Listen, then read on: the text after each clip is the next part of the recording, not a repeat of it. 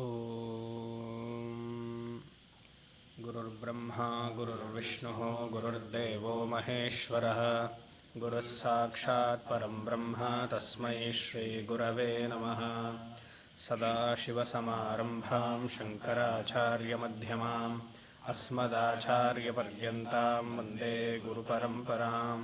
ಸಹನಾ ಭವತು ಸಹನೌ ಭುನಕ್ತು ಸಹ ವೀರ್ಯಂ ಕರವಾವಹೈ ತೇಜಸ್ವಿನಾವಧೀತಮಸ್ತು ಮಾ ವಿದ್ವಿಷಾವಹೈ. ಓಂ ಶಾಂತಿ ಶಾಂತಿ ಶಾಂತಿ. ಓಂ ನಿಧಯೇ ಸರ್ವವಿದ್ಯಾನಾಂ ಷಜೇ ಭವರೋಗಿಣಾಂ ಗುರವೇ ಸರ್ವಲೋಕಾನಾಂ ದಕ್ಷಿಣಾಮೂರ್ತಯೇ ನಮಃ.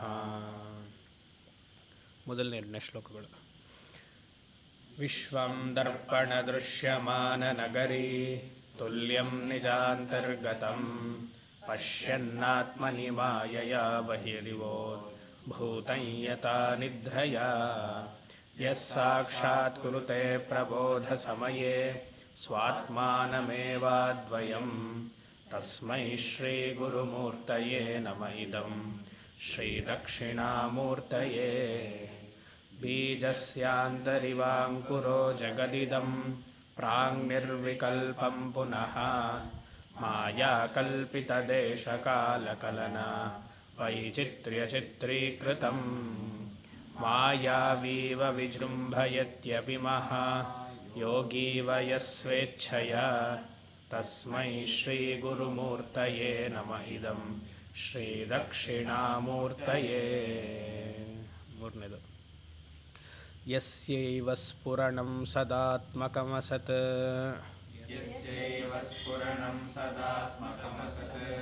ಕಲ್ಪಾರ್ಥಕಂ ಭಾಸತೆ. ಯಸ್ಯೈವ ಸ್ಫುರಣಂ ಸದಾತ್ಮಕಮಸತ್ ಕಲ್ಪಾರ್ಥಕಂ ಭಾಸತೆ.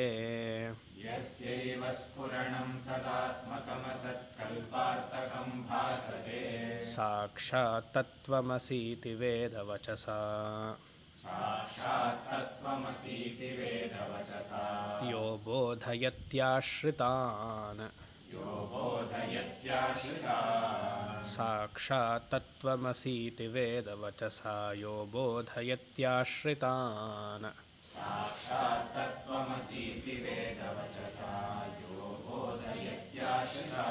ಯಸ್ಮಾತ್ ಯಸ್ಸಾಕ್ಷಾತ್ ಕರಣಾತ್ ಭವೇನ್ನ ಪುನರಾವರ್ತಿರ್ಭವಾಂಭೋನಿಧೌ.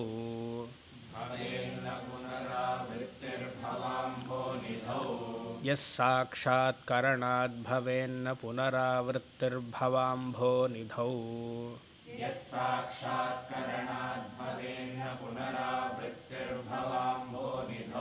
ತಸ್ಮೈ ಶ್ರೀ ಗುರುಮೂರ್ತಯೇ ನಮಃ. ಇದಂ ಶ್ರೀ ದಕ್ಷಿಣಾಮೂರ್ತಯೇ.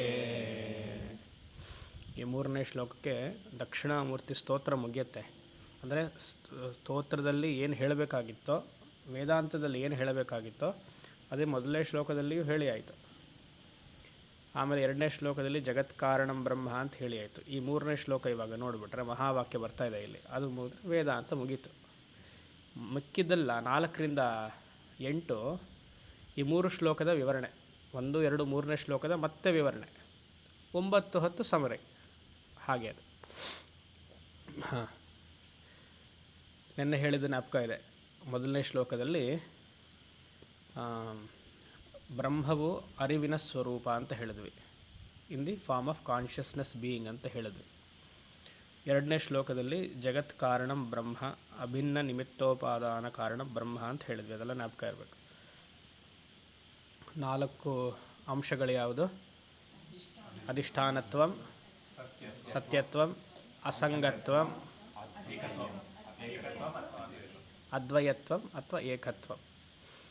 ಸ್ವಪ್ನಕ್ಕೂ ಅದೇ ಅಂಶಗಳು, ದರ್ಪಣಕ್ಕೂ ಅದೇ ಅಂಶಗಳು, ಕಾನ್ಷಿಯಸ್ನೆಸ್ ಚೈತನ್ಯಕ್ಕೂ ಅದೇ ಅಂಶ.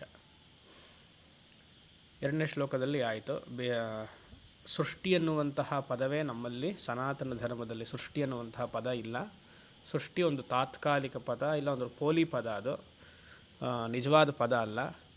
ನಿಜ ಪದ ಅಂದರೆ ಸೃಷ್ಟಿನೇ ಇಲ್ಲ ಅಂತ. ಸೃಷ್ಟಿ ಇದೆ ಅಂತಂದರೆ ಒಂದು ಆಭಾಸ ಮಾತ್ರ, ತೋರಿಕೆ ಮಾತ್ರ. ಸರಿಯಾದ ಅರ್ಥ ಅಭಿವ್ಯಕ್ತಿ ಅಂತ.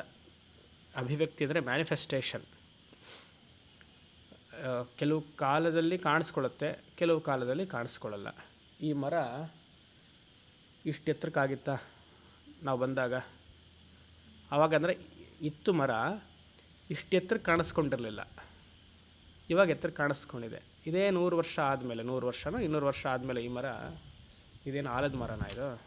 ಅರಸ ಮರ ಇದು. ಹಾಂ, ಈ ಅರಸ ಮರ ಇನ್ನೊಂದು 100 ವರ್ಷನೋ 200 ವರ್ಷ ಆದಮೇಲೆ ಕಾಣಿಸ್ಕೊಳ್ಳಲ್ಲ. ಹಾಗಂತ ಮರ ಸಾಯಿತು ಅಂತಲ್ಲ. ಮರ ಯಾವತ್ತೂ ಸಾಯೋದಿಲ್ಲ. ಮರ ಏನಾಯಿತು ಮತ್ತೆ? ಅಭಿವ್ಯಕ್ತಿರ ಆಗಿರುವಂತಹ ಮರ ವ್ಯಕ್ತವಾಗಿರುವಂತಹ ಮರ ಅವ್ಯಕ್ತವಾಗಿ ಮತ್ತೆ ಸಸಿಯ ಮೂಲಕವೋ ಇಲ್ಲ ಪೃಥ್ವಿಯ ಮೂಲಕ ಹೊರಟೋಗುತ್ತೆ. ಮತ್ತು ಯಾವಾಗ ವ್ಯಕ್ತ ಆಗುತ್ತೋ ಅದು ಈಶ್ವರನ ಸಂಕಲ್ಪ ಅದಷ್ಟೇ. ಯಾವಾಗ ಮತ್ತದು ಬರಬೇಕು ಅಂತಿದೆಯೋ ಈಶ್ವರ ಅಂದರೆ ಮಾಯಾಕಲ್ಪಿತ ದೇಶಕಾಲ ಕಲನ, ಮತ್ತು ಆ ಮಾಯೆಯ ಪ್ರಭಾವದಿಂದ ಉದ್ಭವ ಆಗುತ್ತೆ. ಹಾಗೆ ಪ್ರತಿಯೊಂದು ಪ್ರಪಂಚವು ಬ್ರಹ್ಮನಿಂದ ಬಂತು, ಕಾಣಿಸ್ಕೊಳ್ತಾ ಇದೆ ಇವಾಗ, ಮತ್ತು ಬ್ರಹ್ಮನಲ್ಲಿ ಹೋಗುತ್ತೆ. ಬ್ರಹ್ಮ ಅಂತ ಹೇಳ್ತೀವಿ, ಆದರೆ ನನ್ನಲ್ಲಿ ಕಾಣಿಸ್ಕೊಳ್ತು. ಹೇಗೆ ಸ್ವಪ್ನ ಪ್ರಪಂಚ ನನ್ನಲ್ಲಿ ಇತ್ತು, ವ್ಯಕ್ತವಾಯಿತು, ಮತ್ತು ನನ್ನಲ್ಲಿಯೇ ಐಕ್ಯವಾಯಿತು, ಅವ್ಯಕ್ತವಾಯಿತು. ಇದೇ ವ್ಯಕ್ತಿ ಮತ್ತು ಅವ್ಯಕ್ತ, ಹೀಗೆ ಪ್ರಪಂಚ. ಅದೇ ರೀತಿಯಾಗಿ ಸಮಸ್ತ ಸ್ಥೂಲ ಪ್ರಪಂಚ, ಇಷ್ಟೇ ಕಾಣಿಸ್ಕೊಳ್ತಿರೋ ಸ್ಥೂಲ ಪ್ರಪಂಚ 14 ಲೋಕಗಳು ನನ್ನಲ್ಲಿಯೇ. ಸೂರ್ಯ, ಚಂದ್ರ, ನವಗ್ರಹಗಳು, ಉಪಗ್ರಹಗಳು, ಅದೇನೋ ಸ್ಯಾಟಿಲೈಟ್ಸ್ ಅಂತಾರಲ್ಲ, ಅದು ಎಂಟೈರ್ ಗ್ಯಾಲಕ್ಸಿ ಏನು ನಾಸಾಲೆಲ್ಲ ಮಾತಾಡ್ತಾರಲ್ಲ, ಅದೆಲ್ಲ ಎಲ್ಲಿದೆಯಂತೆ? ನನ್ನಲ್ಲಿಯೇ ಇದೆ ಅಂತ. ಒಪ್ತೀರಾ?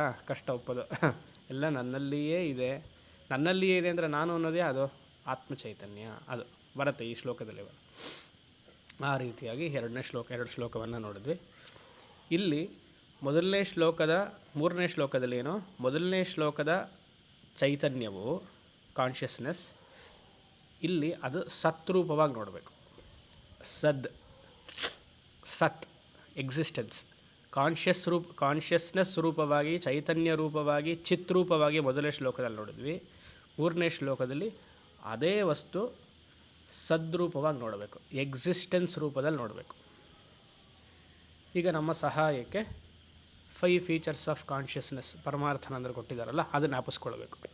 ಅದನ್ನು ಜ್ಞಾಪಿಸ್ಕೊಂಡ್ರೆ ಈ ಶ್ಲೋಕಕ್ಕೆ ಅದು ಸಹಾಯ ಮಾಡುತ್ತೆ. 3ನೇ ಶ್ಲೋಕಕ್ಕೆ ಏನೋ 5 ಫೀಚರ್ಸ್ ಆಫ್ ಕಾನ್ಷಿಯಸ್ನೆಸ್ ಕನ್ನಡದಲ್ಲಿ ಹೇಳ್ತೀರಾ, ಇಂಗ್ಲೀಷಲ್ಲಿ ಹೇಳ್ತೀರಾ? ಇಂಗ್ಲೀಷಲ್ಲಿ ಹೇಳಿ, ಅದನ್ನು ಕನ್ನಡದಲ್ಲಿ ಟ್ರಾನ್ಸ್ಲೇಟ್ ಮಾಡೋದೇ ಕಷ್ಟ. ನೋಡೋಣ, ಫಸ್ಟ್ ಇಂಗ್ಲೀಷಲ್ಲಿ ಹೇಳಿ, ಆಮೇಲೆ ಕನ್ನಡದಲ್ಲಿ ಟ್ರಾನ್ಸ್ಲೇಟ್ ಮಾಡೋಣ. Consciousness is not a part, product or property of the, ನೋಡಿ ಏನು ಆಫ್ ದಿ ಏನು ಬಾಡಿ. ಅದಕ್ಕೆ ಅಷ್ಟೊಂದು ಲೇಟು.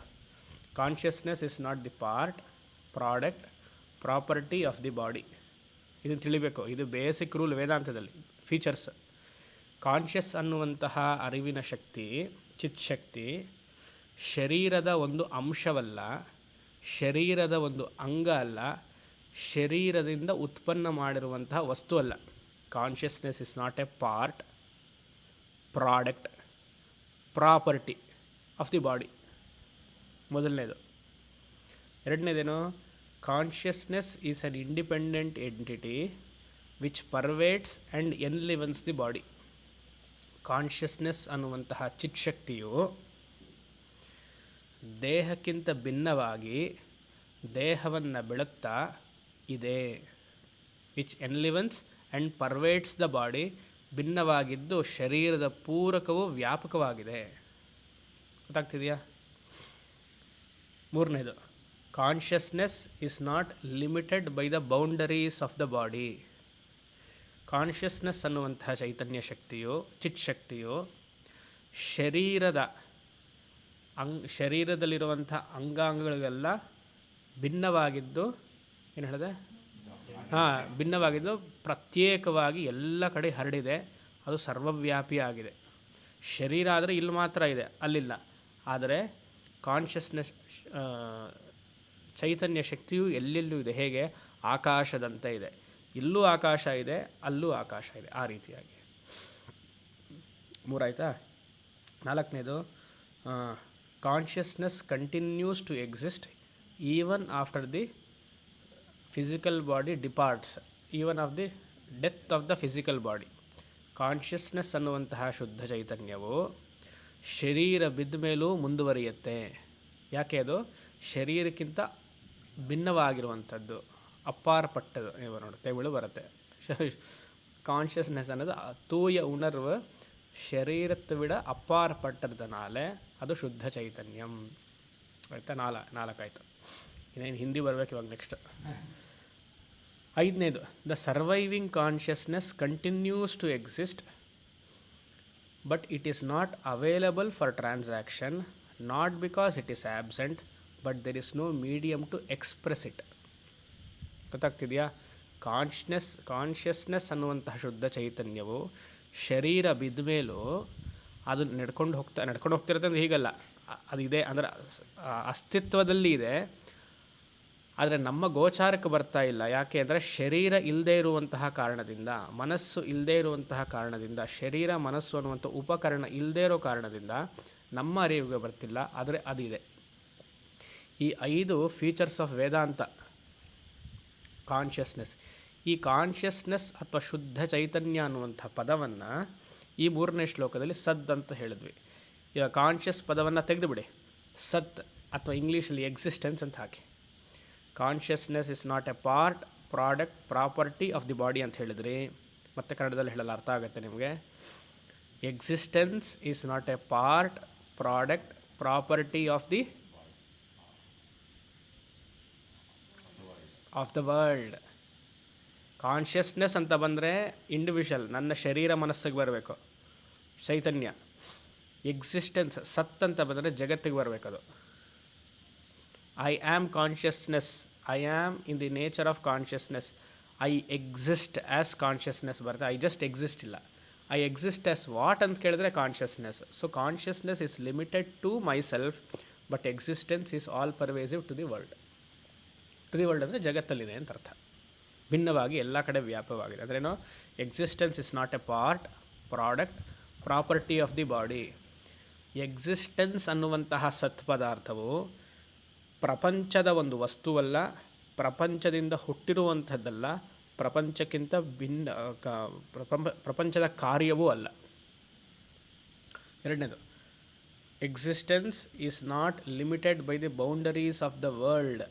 ನೀವು ವರ್ಲ್ಡ್ ಅಂದಿದ ತಕ್ಷಣ ತಿರುವಣ್ಣಾಮಲೈ, ಬೆಂಗಳೂರು, ಮಲ್ಲೇಶ್ವರಮು, ಕೋನನಕುಂಟೆ ಇಷ್ಟು ಅಂತ ಇಲ್ಲಿ ಮಾತ್ರ 14 ಕಿಲೋಮೀಟ್ರ್ ವರ್ಲ್ಡ್. ನಿಮಗೆ ಗೋಚರ ಆಗುವಂತಹ ಜಗತ್ತು, ಗೋಚರ ಅಲ್ಲದ ಜಗತ್ತು. ಅದು ಪುರುಷ ಸೂಕ್ತದಲ್ಲಿ ಬರುತ್ತಲ್ಲ, ಕಾಲ್ಭಾಗ ಮಾತ್ರ ಗೋಚರ ಆಗಿದೆಯಂತೆ, ಮುಕ್ಕಾಲು ಭಾಗ ಪ್ರಪಂಚವು ಗೊತ್ತೇ ಇಲ್ವಂತೆ ನಮಗೆ. ಅತ್ಯತಿಷ್ಠ ದಶಾಂಗುಲಂ ಅಲ್ವಾ? ಕಾಲ್ಭಾಗ ಮಾತ್ರ ಪ್ರಪಂಚ ನಮಗೆ ಗೊತ್ತಿರೋದು. ಪಾದೋಸ್ಯ ವಿಶ್ವಭೂತಾನಿ ತ್ರಿಪಾದಸ್ಯ ಅಮೃತದ್ದಿವಿ. ಕರೆಕ್ಟ್ ಹೇಳಿದ್ನ? ಹಾಂ. ಅಂದರೆ ಈಗೆಲ್ಲ ವಿಜ್ಞಾನಿಗಳು ಹೇಳ್ತಾರಲ್ಲ, ಸಮುದ್ರದ ಕೆಳಗಡೆ ಇನ್ನೂ ನಾವು ರಿಸರ್ಚೇ ಮಾಡಿಲ್ಲ ಅಷ್ಟೊಂದಿದೆ, ಮತ್ತು ಮೈನ್ಸಲ್ಲೆಲ್ಲ ಇನ್ನೂ ನಾವು ರಿಸರ್ಚೇ ಮಾಡಿಲ್ಲ ಅಷ್ಟೊಂದು ಇನ್ನೂ ತಿಳಿಯುವಂತಿದೆ, ಭೂಗೋಳ ಶಾಸ್ತ್ರದಲ್ಲಿ ಇನ್ನೂ ಅಷ್ಟೊಂದಿದೆ, ಸ್ಪೇಸಲ್ಲಿ ಇನ್ನೂ ಅಷ್ಟೊಂದಿದೆ ಅಂತ. ಅದೇ they have not yet tried. ಅಂದರೆ ನಮಗೆ ಗೊತ್ತಿರುವಂಥದ್ದೇನೋ ಕಾಲ್ಭಾಗ ಅಷ್ಟೇ, ಗೊತ್ತಿಲ್ಲದೆ ಇರೋದು ಮುಕ್ಕಾಲು ಭಾಗ ಪ್ರಪಂಚದಲ್ಲಿ. ಅಲ್ಲಿಯವರೆಗೂ ಸತ್ ಅನ್ನುವಂತಹ ಇರುವಿಕೆ ಹರಡಿದೆ ಅಂತ. ಅದು ಆ ಸತ್ತನ್ನುವಂಥದ್ದು ನಮಗೆ ಗೊತ್ತಿಲ್ಲದೆ ಇರುವಂತಹ ಪ್ರಪಂಚಕ್ಕಿಂತ ಭಿನ್ನವಾಗಿದ್ದು, ಪ್ರಪಂಚದ ಕಾರ್ಯಕ್ಕಿಂತ ಭಿನ್ನವಾಗಿದ್ದು ಇದೆ. ಅರ್ಥ ಮಾಡ್ಕೊಳ್ಬೇಕು. ಕಾನ್ಷಿಯಸ್ನೆಸ್ ಸತ್ existence is not a part, product, property of the body. Existence is not limited by the boundaries of the body. ಹೇಳಕ್ಕೆ ಬಂದೆ, ಆಫ್ ದಿ ವರ್ಲ್ಡ್. ಎಷ್ಟು ವರ್ಲ್ಡ್ ಅಂತಂದರೆ ಇದು ಹೇಳಿದ್ನಲ್ಲ, ಗೊತ್ತಿರೋದು ಗೊತ್ತಿರೋಕ್ಕಿಂತ ಭಿನ್ನವಾಗಿ ಇದೆ. ಎಕ್ಸಿಸ್ಟೆನ್ಸ್ ಆಮೇಲೇನ ಥರ್ಡ್ ಪಾಯಿಂಟ್ ಏನಪ್ಪ? Existence is not limited by the boundaries of the world. ಅದು ಹೇಳಿದ್ನಾ? Existence continues to pervades and enlivens the world. ಆಯಿತಾ? ಗೊತ್ತಿದೆ ನಿಮಗೆ, ಸೊ ನಾ ಹೇಳೋ ಅವಶ್ಯಕತೆ ಇಲ್ಲ. ನಾಲ್ಕನೇದು, existence continues to exist even after the world goes to unmanifested, it doesn't die there. Body also doesn't die ಅಲ್ಲ ಹೇಳಿದ್ವಿ. ಇವಾಗ ನಮ್ಮ ವ್ಯವಹಾರದಲ್ಲಿ ಶರೀರ ಬೀಳುತ್ತೆ ಅಂತ ಅದಕ್ಕೆ ಡೈ ಅಂತ ಹೇಳ್ತೀವಿ, ಸತ್ತು ಅಂತ ಹೇಳ್ತೀವಿ, ಸಾಯ್ದು ಅಂತ ಹೇಳ್ತೀವಿ. ಆದರೆ ಇಲ್ಲಿ ಜಗತ್ತು ಸಾಯೋದಿಲ್ಲ, ಜಗತ್ತು ಲಯಕ್ಕೆ ಹೋಗುತ್ತೆ, ಸಂಹಾರಕ್ಕೆ ಹೋಗುತ್ತೆ. ಆ ಅನ್ನುವಂತಹ ಪದವು ತಪ್ಪೆ. ವ್ಯಕ್ತದಿಂದ ಇರುವಂತಹ ಪ್ರಪಂಚ ಅವ್ಯಕ್ತಕ್ಕೆ ಹೋಗುತ್ತೆ. ಆಮೇಲೆ ಪ್ರಪಂಚ ನಮಗೆ ಒಂದು ಹಂತದಲ್ಲಿ ಅವ್ಯಕ್ತವಾಗಿರೋದ್ರಿಂದ ಈ ಸತ್ ಅನ್ನುವಂತಹ ಎಕ್ಸಿಸ್ಟೆನ್ಸು ಇಲ್ಲ ಅಂತಲ್ಲ, ಇಟ್ ಕಂಟಿನ್ಯೂಸ್ ಟು ಸರ್ವೈ. ಅದರ ಪ್ರಪಂಚ ಇಲ್ಲದೆ ಇರೋದರಿಂದ, ಪ್ರಪಂಚ ವ್ಯಕ್ತವಾಗಿ ಇಲ್ಲದೆ ಇರೋದ್ರಿಂದ ಅದು ಸತ್ ಇದೆ ಅಂತ ನಮಗೆ ಗೊತ್ತಾಗ್ತಾ ಇಲ್ಲ. ಗೊತ್ತಾಯ್ತಾ? ಇಷ್ಟು 5 ಪಾಯಿಂಟ್ ಜ್ಞಾಪಕ ಇರಬೇಕು. ಕಾನ್ಷಿಯಸ್ನೆಸ್ ಅನ್ನುವಂಥ ಪದವನ್ನು ಬದಲಾಯಿಸಿ ಸತ್ ಅಥವಾ ಎಕ್ಸಿಸ್ಟೆನ್ಸನ್ನು ಉಪಯೋಗಿಸಬೇಕು. ಆ ರೀತಿಯಾಗಿ 3ನೇ ಶ್ಲೋಕವನ್ನು ನೋಡಬೇಕು. ಅದಕ್ಕೆ ಚಾಂದೋಗ್ಯ ಉಪನಿಷತ್ತಲ್ಲಿ ಏನು ಹೇಳಿದ್ರು? ಸದೇವ ಸೌಮ್ಯ ಇದಮಗ್ರ ಆಸೀತ್ ಏಕಮೇವಾದ್ ಅದ್ವಿತೀಯಂ ಬ್ರಹ್ಮ.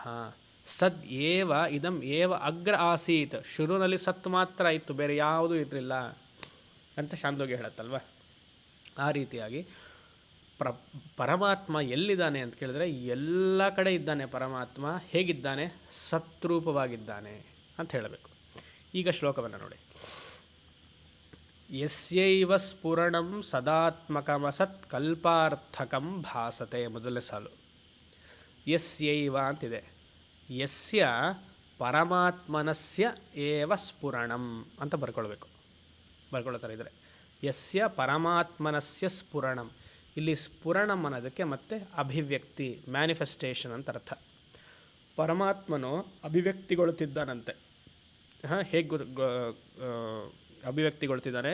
ಸದಾತ್ಮಕಂ, ಸದ್ ಆತ್ಮಕಂ. ಭಗವಾನ್ ಆರ್ ಪರಮಾತ್ಮ is manifesting in the form of ಸತ್ ಇನ್ ಎವ್ರಿ ಆಬ್ಜೆಕ್ಟ್. ಸದಾತ್ಮಕಂ ಸದಾತ್ಮಕಂ ಸ್ಫುರಣಂ. ಸದಾತ್ಮಕಂ ಸ್ಫುರಣಂ ಹೇಗೆ? ಇಲ್ಲೊಂದು ಎವ್ರಿ ಆಬ್ಜೆಕ್ಟ್, ಎವ್ರಿ ವಸ್ತು ಅಂತ ಹೇಳಿದೆ. ಪ್ರತಿಯೊಂದು ವಸ್ತುವಿನಲ್ಲಿಯೂ ಪರಮಾತ್ಮ ಸದ್ರೂಪವಾಗಿದ್ದಾನೆ. ಉದಾಹರಣೆ ಗೊತ್ತು ನಿಮಗೆ, ಇದೊಂದು ವಸ್ತು, ಇದಕ್ಕೇನು ಮೈಕ್ ಅಂತ ಇದಕ್ಕೆ ಹೆಸರು. ಈ ಮೈಕ್ ಒಂದು ವಸ್ತು. ಪರಮಾತ್ಮ ಎಲ್ಲಿದ್ದಾನಲ್ಲಿ? ಮೈಕ್ ಇದೆ ಅನ್ನುವಂಥ ರೂಪದಲ್ಲಿದ್ದಾನೆ. ಮೈಕ್ ಈಸ್ನೆಸ್ ರೂಪದಲ್ಲಿದ್ದಾನೆ. ಮೈಕ್ ಇದೆ. ಆಮೇಲೆ ರೆಕಾರ್ಡರ್ ಇದೆ. Recording is, instrument is. ಪುಸ್ತಕ ಇದೆ, ಬುಕ್ ಈಸ್. ಬರವಣಿಗೆ ಲೇಖನಿ ಇದೇನಪ್ಪ, ಪೆನ್ನ, ಬೆಸ್ಟ್ ಅದು, ಅದೇ ಕನ್ನಡಕ್ಕೆ ಹೇಳೋದು ಕಷ್ಟ. Pen is. ಕ್ಲಾತ್ ಈಸ್, ಬಟ್ಟೆ ಇದೆ. ಏನು ತಗೊಳ್ತೀರಾ? ಪಿಲ್ಲರ್, ನರಸಿಂಹ ಬಂದಲ್ಲ, ಇದಕ್ಕೇನು ಸ್ತಂಭ ಇದೆ. ನೀವು ಇದ್ದೀರಾ, ಅವರು ಇದ್ದಾರೆ, ಕುರ್ಚಿ ಇದೆ, ಭಗವಂತ ಇದ್ದಾನೆ. ನೋಡಿ ಚೆನ್ನಾಗಿದೆ, ಭಗವಂತ ಇದ್ದಾನೆ ಅಂತ. ಭಗವಂತ ನಿಜವಾಗ್ಲೂ ಎಲ್ಲಿದ್ದಾನೆ? ಇರುವಿಕೆ ಇದ್ರೇ ಭಗವಂತ ಈ ಮೂರ್ತಿ ರೂಪದಲ್ಲಿ ಇರೋಕ್ಕೆ ಸಾಧ್ಯ. ಗೊತ್ತಾಗ್ತಿದೆಯಾ? ಹೇಗೆ ಇಲ್ಲಿ ಮೈಕ್ ಇದೆ, ಈ ಇರುವಿಕೆ ಅನ್ನುವಂತಹ ಸತ್ ಇರೋದ್ರಿಂದ ಈ ಮೈಕ್ ಅಭಿವ್ಯಕ್ತಿಗೊಳ್ತಿದೆ, ಸ್ಫುರಣಂ. ಭಗವಂತ ಅನ್ನುವಂತಹ ನಿರ್ಗುಣ ವಸ್ತು ಇರೋದ್ರಿಂದ ಭಗವಂತ ಅನ್ನುವಂಥ ಸಗುಣ ವಸ್ತು ಕಾಣ್ತಾ ಇದೆ ನಮಗೆ. ಗೊತ್ತಾಗ್ತಿದೆಯಾ? ಸೂರ್ಯ ಇದ್ದಾನೆ, ಚಂದ್ರ ಇದ್ದಾನೆ, ನಕ್ಷತ್ರದ ಮಂಡಲ ಇದೆ, ಎಲ್ಲ ಮಂಡಲ ಇದೆ, ನವಗ್ರಹದ ಮಂಡಲ ಇದೆ. ಸತ್ ಸತ್ ಸತ್ ಅಂದರೆ ಏನಾಯಿತು? ಸದಾತ್ಮಕಂ ಏನು, ಯಸ್ಯೈವ ಸ್ಫುರಣಂ ಸದಾತ್ಮಕಂ ಯಸ್ಯ ಪರಮಾತ್ಮನಸ್ಯ ಸ್ಫುರಣಂ ಸದಾತ್ಮಕರೂಪೇಣ ಭಾಸತೆ. ಭಾಸತೆ ಅಂದರೆ ಇಟ್ ಈಸ್ ಶೈನಿಂಗ್. ಅಸತ್ಕಲ್ಪಾರ್ಥಕಂ ಭಾಸತೆ ಅಂತ ಇದೆ. ಕಲ್ಪಾರ್ಥಕಂ ಅಂತ ಒಂದು ಪದ, ಕಲ್ಪಾರ್ಥಗಂ ಅಂತ ಒಂದು ಪದ. ಕಲ್ಪಾರ್ಥಗಂ ಅನ್ನೋದು ಬೆಟರ್ ರೀಡಿಂಗ್. ಯಾಕಂದರೆ ಗಮ್ ಅನ್ನೋದು ಲೊಕೇಶನನ್ನು ಸೂಚಿಸುತ್ತೆ. ಗಮ್, ವೆನ್ ಯು ಯೂಸ್ ಕಲ್ಪಾರ್ಥ ಗಮ್, ಅದೊಂದು ಲೊಕೇಶನ್, ಒಂದು ಮೀಡಿಯಮ್ನ ಸೂಚಿಸುತ್ತೆ, ಒಂದು ಉಪಕರಣವನ್ನು ಸೂಚಿಸುತ್ತೆ, ಕರ್ಣವನ್ನು ಸೂಚಿಸುತ್ತೆ. ಕರ್ಣ ಒಂದೇ. ಏನು ಹೇಳಿದೆ? ಅಸತ್ ಕಲ್ಪಾರ್ಥಕಂ. ಅರ್ಥ ಅಂತಿದೆ. ಅರ್ಥ ಅಂದರೆ ಪದಾರ್ಥ ಅಂತ. ಪದಾರ್ಥ ಅಂದರೆ ವಸ್ತು ಅಂತ ಅರ್ಥ. ಯಾವ ಯಾವ ವಸ್ತುವು ವಸ್ತುವನ್ನು ಶುದ್ಧ ಚೈತನ್ಯ ಸದ್ರೂಪವಾಗಿ ಬೆಳಗ್ತಾ ಇದೆಯೋ ಅಲ್ಲೆಲ್ಲ ಭಗವಂತನ ಸ್ಫುರಣೆ ಆಗ್ತಾ ಇದೆ ಅಂತ. ಯಾವ ವಸ್ತುಗಳಲ್ಲಿ ಅಸತ್ಕಲ್ಪಾರ್ಥಕಂ, ಯಾವ ವಸ್ತುವಿನಲ್ಲಿ ಸದ್ದಿಲ್ಲವೋ ಅದು ಅಸತ್. ಯಾವ ವಸ್ತುಗೆ ಸತ್ಯ ಅಂಶವಿಲ್ಲವೋ ಅದೆಲ್ಲ ಅಸತ್.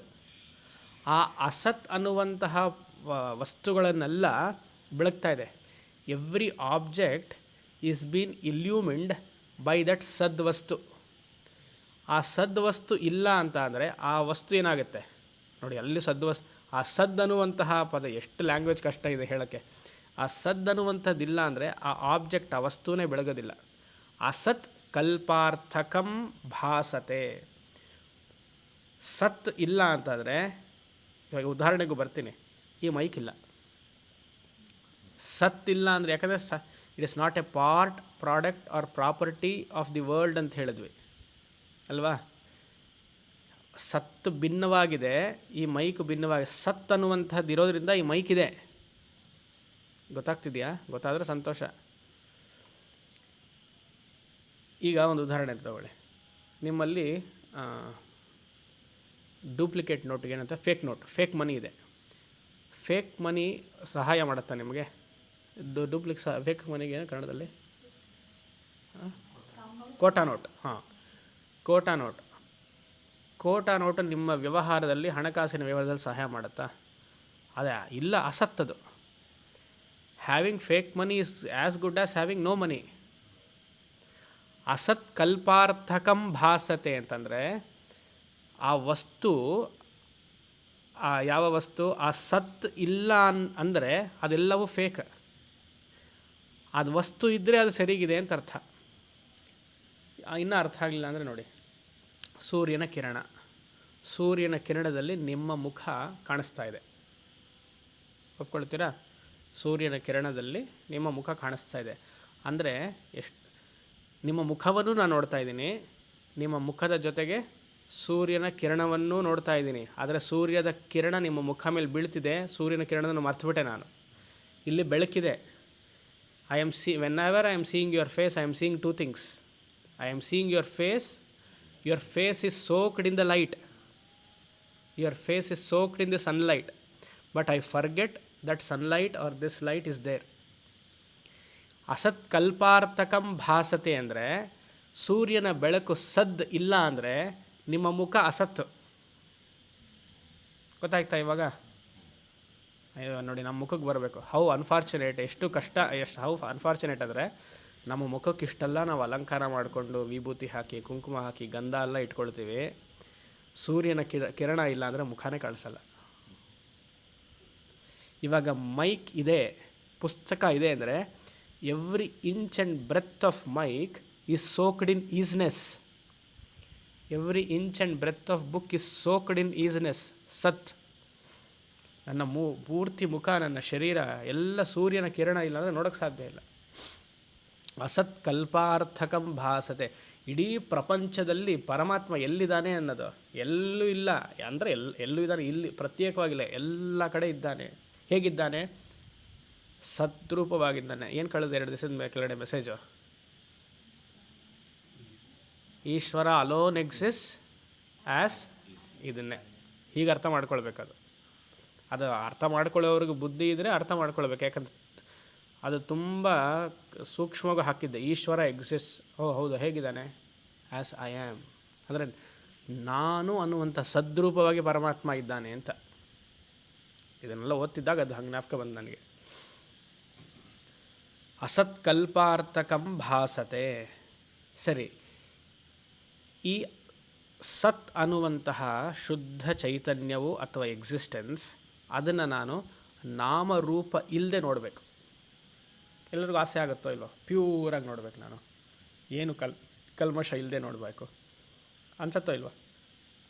ಹೌ ಟು ಎಕ್ಸ್ಪೀರಿಯನ್ಸ್ ದಟ್ ಪರಮಾತ್ಮ ಇನ್ ದಿ ಫಾರ್ಮ್ ಆಫ್ ಸತ್ existence without name and form? ಒಂದು ಕ್ವಶನ್ ಬರಬೇಕಲ್ವ ಇದು. ಎಲ್ಲ ಕಡೆ ಇದೆ ಅಂತ ಅಂದಮೇಲೆ ಅದನ್ನು ನಾಮರೂಪದ ಮೂಲಕವೇ ನೋಡಬೇಕು. ಇವಾಗ ಇಲ್ಲಿ ನಾನು ನೋಡ್ತಾ ಇದ್ದೀನಿ ಅಂತಂದ್ರೇನು? ಸತ್ ಅನ್ನ ನೋಡ್ತಾ ಇದ್ದೀನಿ, ಮತ್ತು ಆ ಸದ್ದನ್ನು ಬೆಳಗ್ತಾ ಇರುವ ಮೈಕ್ ಸದ್ದು ಮೂಲಕ ಗೋಚರ ಆಗ್ತಾಯಿದೆ. ಮೈಕು ಅಲ್ಲ, ಸತ್ತು ಮೈಕ್ ಮೂಲಕ ಗೋಚರ ಆಗ್ತಾಯಿದೆ. ಪುಸ್ತಕ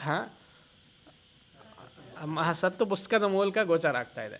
ಪರಮಾತ್ಮ ಪ್ರತಿಯೊಂದು ವಸ್ತುವಿನಲ್ಲಿ ಐಕ್ಯವಾಗಿಬಿಟ್ಟಿದ್ದಾನೆ, ಅಂದರೆ ವ್ಯವಹರಿಸ್ತಾ ಇದ್ದಾನೆ, ಅದು ಪ್ರಹರಿಸ್ತಾ ಇದ್ದಾನೆ, ಪರ್ಮಿಯೇಟಿಂಗ್ ಅಂತ ಹೇಳ್ತಾರಲ್ಲ ಹಾಗೆ.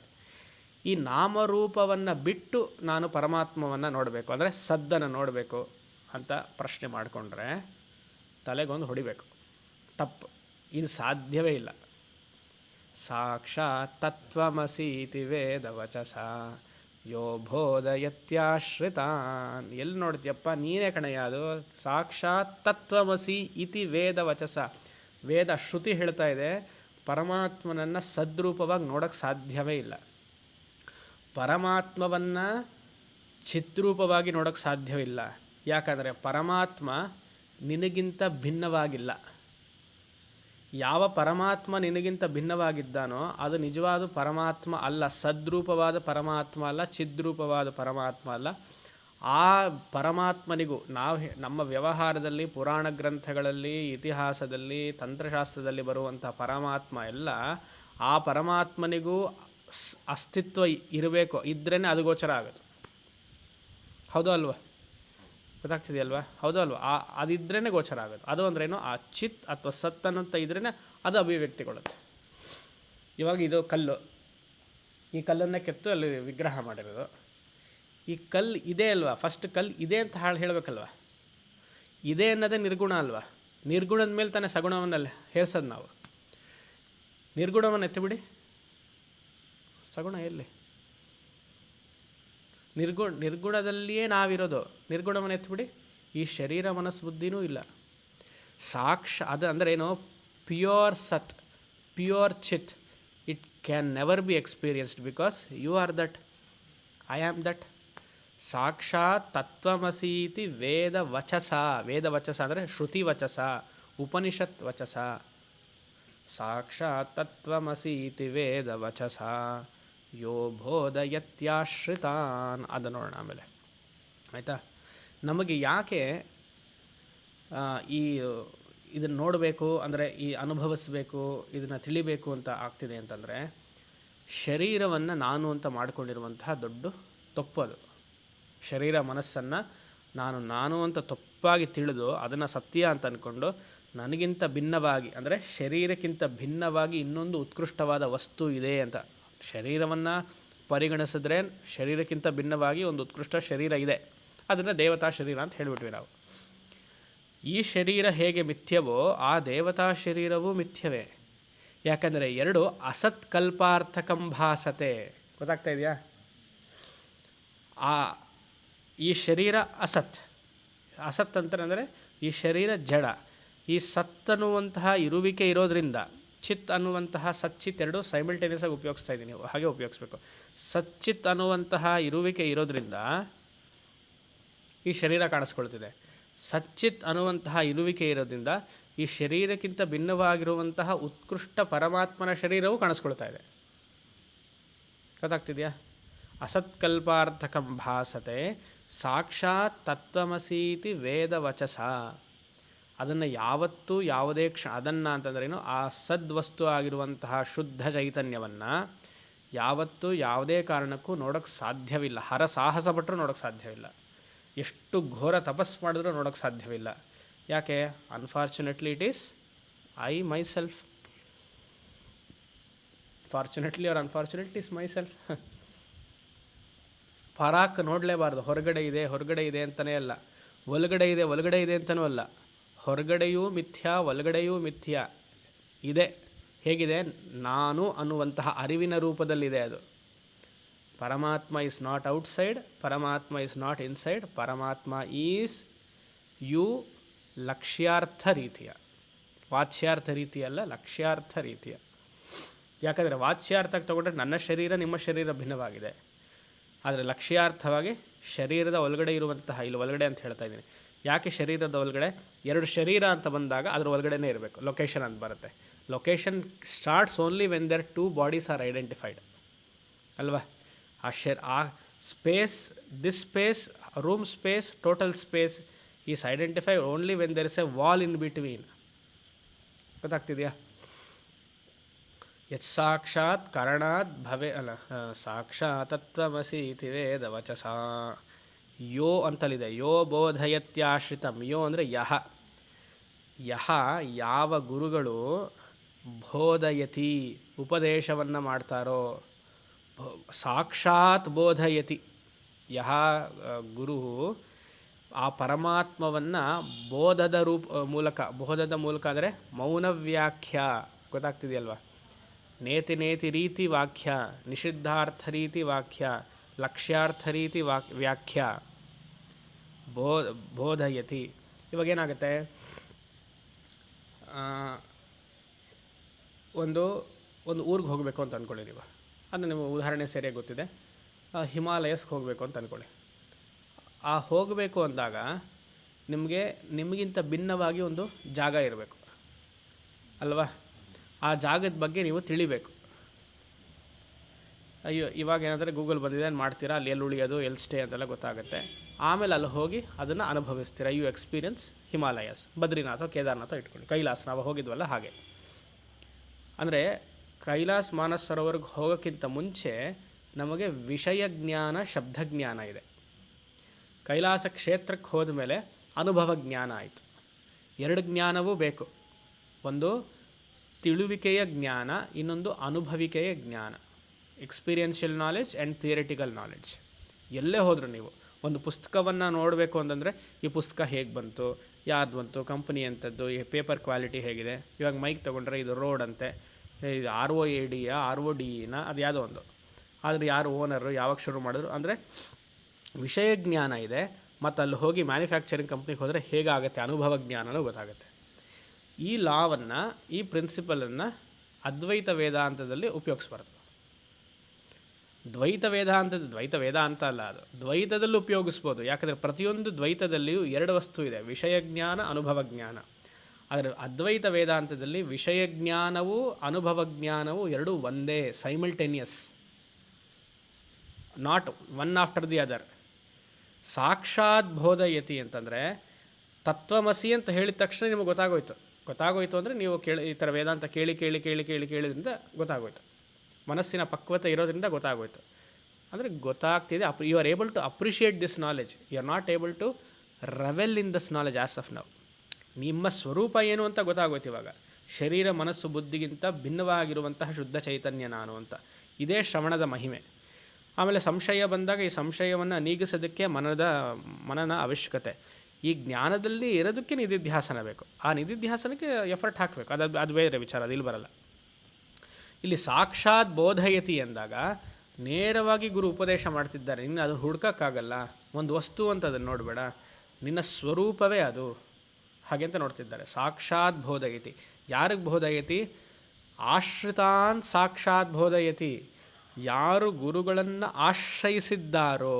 ಶುಶ್ರೂಷ, ಆಶ್ರಯ ಅಂದರೆ ಶುಶ್ರೂಷ.